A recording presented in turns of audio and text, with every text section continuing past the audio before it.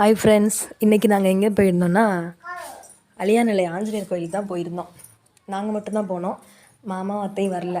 நான், தம்பி பசங்க, வீட்டுக்காரர், நாங்கள் 4 பேர் மட்டும்தான் போயிருந்தோம். நீங்கள் யார் யார் அழியாநிலை ஆஞ்சநேயர் கோயிலுக்கு போயிருக்கீங்கன்னு கமெண்டில் சொல்லுங்கள்.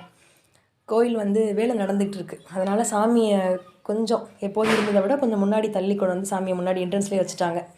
கோயிலுக்கு போகிறப்பவே எல்லோரும் வெளியில் பைப் இருக்கும், கை கால்லாம் கழுவிட்டு தான் உள்ளே போவாங்க. நாங்களும் அதே மாதிரி கை கால்லாம் கழுவிட்டு சாமி கும்பிட போயாச்சு. போகிறப்பவே சாமிக்கு துளசி மாலை, வெத்தலை மாலையெல்லாம் வாங்கிட்டு போயிருந்தோம்.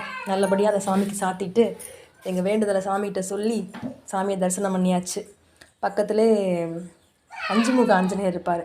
அவருக்கு அவரோட வால் தொட்டு கும்பிட்றது ரொம்ப சிறப்பு. தம்பி பசங்க அந்த கடாயுதத்தை வாங்கி தர சொல்லி ஒரே பாடு. வாங்கி கொடுத்ததுக்கப்புறம் தான் சாமியை ஒழுங்காக கும்பிட விட்டாங்க. சாமியையும் தரிசனம் பண்ணிவிட்டு வந்ததில் 2வது முக்கியமான வேலை பிரசாதம் வாங்கி சாப்பிட்றது. அதையும் நல்லபடியாக சாப்பிட்டு முடிச்சுட்டு கிளம்பியாச்சு.